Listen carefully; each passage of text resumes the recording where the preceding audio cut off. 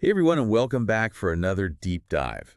Today we're going to be talking about something that I know has been on a lot of your minds lately, and something that I'm definitely really interested in too, and that's the Canadian housing crisis. Yeah, A lot of Canadians are starting to feel like owning a home is just completely out of reach, right. and we really want to dig into kind of what's going on, like what are some of the factors that are contributing to this? We've heard a lot about immigration and interest rates and government policies and all of that. Yeah, it's all connected.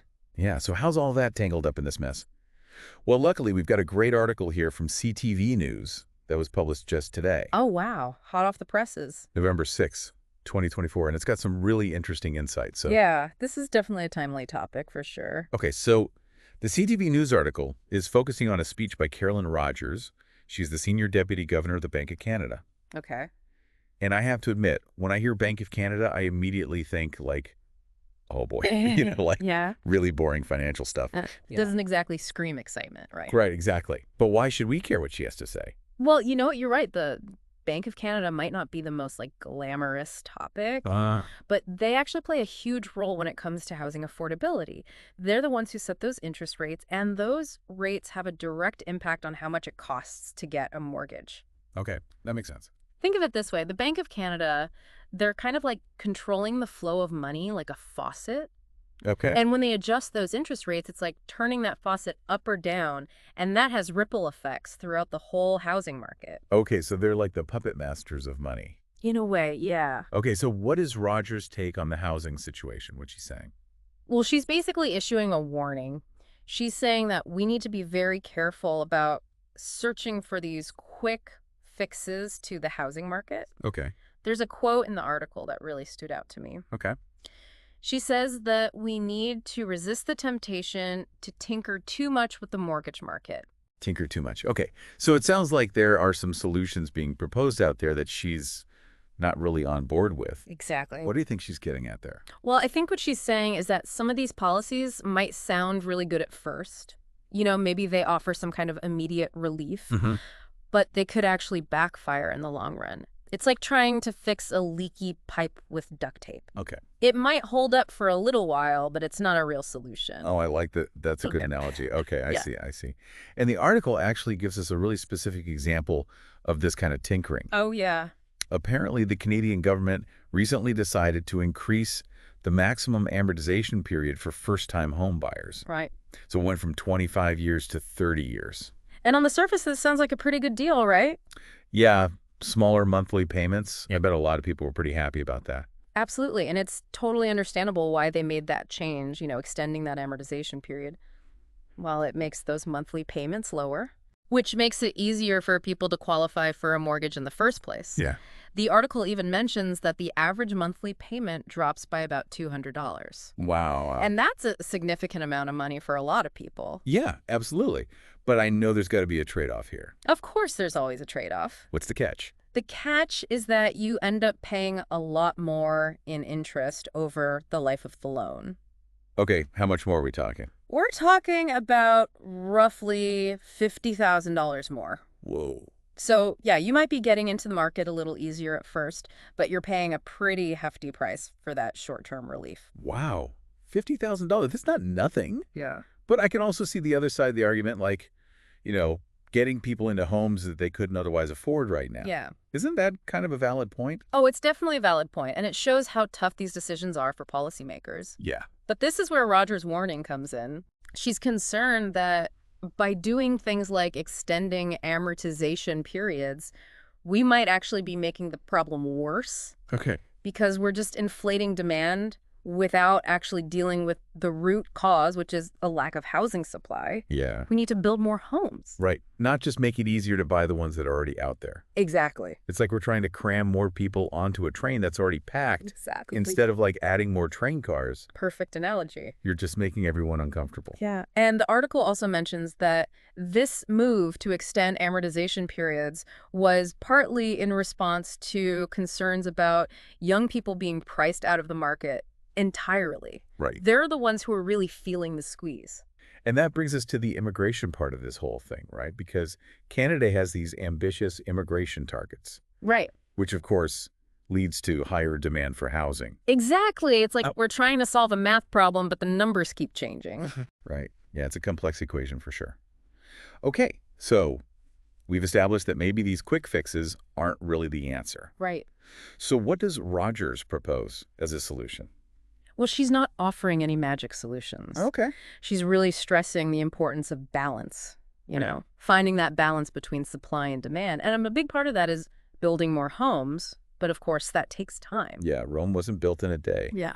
But what about the people who are struggling right now? Rogers also talks about how these upcoming mortgage renewals Right. could really impact household spending and even maybe lead to higher delinquency rates. Yeah. So are things about to get really bad for homeowners? Well, there's definitely a risk there, but the Bank of Canada doesn't think that there are going to be widespread problems. They're expecting that people will adjust their spending habits as those higher mortgage payments come due. So buckle up, homeowners. It might be a bit of a rough ride. Sure. So it sounds like Rogers is advocating for a more measured approach to solving this housing crisis. Yes. Like she's urging caution. Yeah. She doesn't want to do anything that's going to make the market even more unstable. Yeah. You're picking up on the key takeaways here. She's really emphasizing responsible lending practices. Oh? Making sure that people can actually afford the mortgages that they're taking on, especially with interest rates going up and down. That makes a lot of sense. We don't want to end up like the U.S. did back in 2008 with that whole subprime mortgage crisis. Exactly. Learn from the past. Okay, so we've talked about Rogers' perspective, but what about the impact of immigration on all of this? You mentioned that Canada has these pretty ambitious immigration targets. Right. So how big of an effect is that having on the demand for housing? Yeah. And are there any solutions out there that are specifically trying to address that? That's a great question, and it's something we need to dive into a little bit deeper. Canada's immigration policies definitely have a huge impact on the housing market. Okay. And there are a lot of different opinions on how to make sure that we're welcoming newcomers while also ensuring that housing is affordable for everyone who's already here. Okay. So we've kind of laid out the problem. Mm-hmm. We've explored some potential solutions, Yeah. and we've started to think about the role of immigration. It's getting interesting. That's getting juicy. Yeah, there's a lot more to uncover as we continue our deep dive into the Canadian housing crisis, so stay tuned. It's interesting. We talk a lot about how these rising interest rates affect, borrowers. Yeah. But what about the lenders? Like, That's a good point. Yeah. how are they impacted by all of this? Yeah, the article doesn't really touch on that. No, it doesn't. Rising interest rates can actually put a lot of pressure on lenders, too, Okay. especially if those delinquency rates start to go up. Right, when people start falling behind on their mortgage payments. Exactly. They're kind of walking this tightrope. Yeah. They're trying to manage risk, but they also want to make sure that lending is still attractive to borrowers. Right, it's like this high-stakes game of financial Jenga.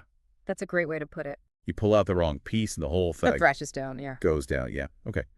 Speaking of risk, I'm curious about what Rogers sees as the biggest threats to the housing market right now. Does she kind of point any fingers?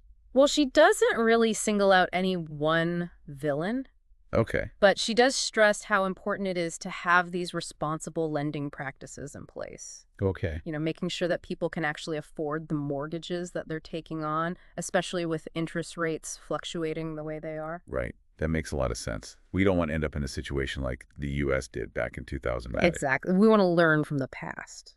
Okay, so to circle back to the immigration question, Right. let's talk about that. How is immigration impacting the Canadian housing market? Well, Canada has always been very welcoming to immigrants. Uh-huh. It's a really important part of our economy and our society as a whole. Right. Yeah, absolutely. But as we touched on earlier, those immigration targets are ambitious. They are. And that means there are more people looking for housing. Exactly. More people coming into the country, Right. more people needing places to live.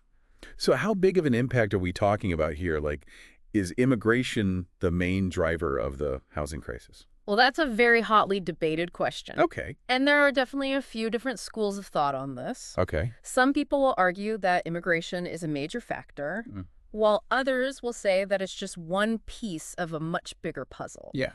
The truth is probably somewhere in the middle. Right. Okay. So it's not just a simple yes or no answer. So what are the arguments that people make on either side? Well, on the one hand, you have people pointing to the sheer numbers. Okay.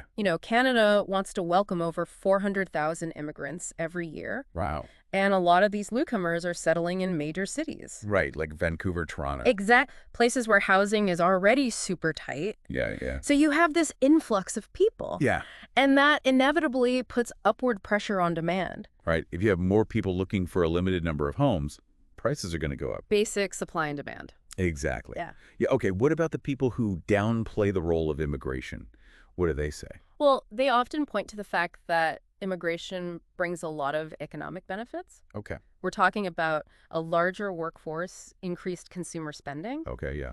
They'll argue that without immigration, Canada's economy would actually suffer, Interesting. which could then lead to a decline in housing demands. Okay, so it's this really tricky balancing act, right? It is. We want to welcome immigrants because that's good for the economy. Right. But we also need to make sure that there's enough housing to go around and that it's affordable. Exactly. And there are a few solutions being proposed to try and address this. Okay, like what? Well, some people are suggesting that we need to build more purpose-built rental housing, Okay. specifically to accommodate newcomers. Okay, so kind of like targeted housing for immigrants. In a way, yeah. And then others are saying that we need to streamline the process for recognizing foreign credentials Oh, okay. so that immigrants can get into the workforce quicker, Yeah.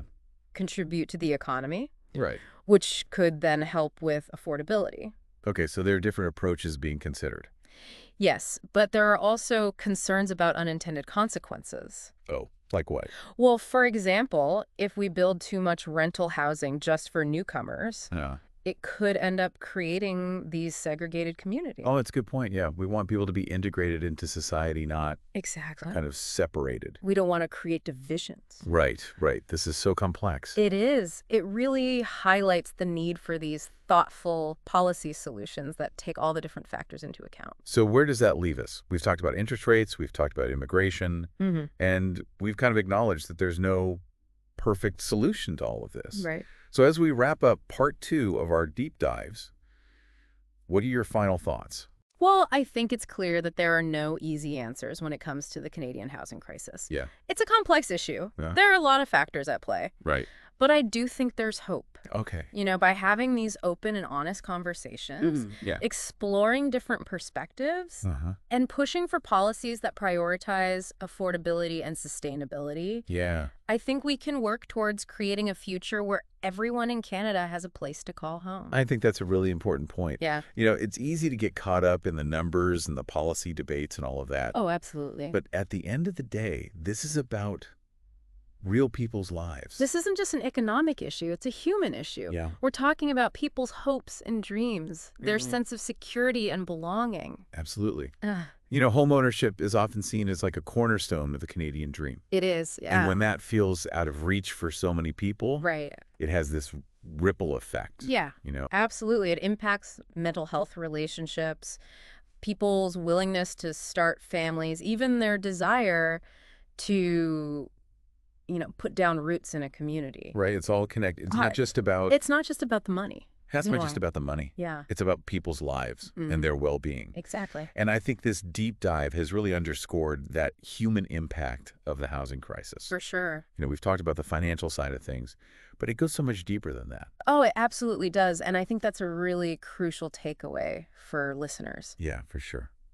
So as we wrap up this deep dive into the Canadian housing crisis, I want to leave you all with a final thought. Okay. We've talked about the complexity. We've talked about the challenges. We've explored some solutions. Yeah. But ultimately, the question is, what do we want the future of housing in Canada to look like? That is the million-dollar question, isn't it? What kind of society do we want to create? Right. Do we want to be in a society where homeownership is only a privilege for a select few, Yeah. or one where everyone has access to safe and affordable housing? It's a big question. Those are the stakes, folks. And it's up to all of us to engage in this conversation, to advocate for solutions, and to hold our policymakers accountable. I couldn't agree more. The future of housing in Canada really depends on it. Well said. Thanks for joining us on this deep dive. Yeah, thank you. It's been a really interesting conversation, It has. and I hope it's inspired you to learn more and keep thinking about this important issue. Until next time.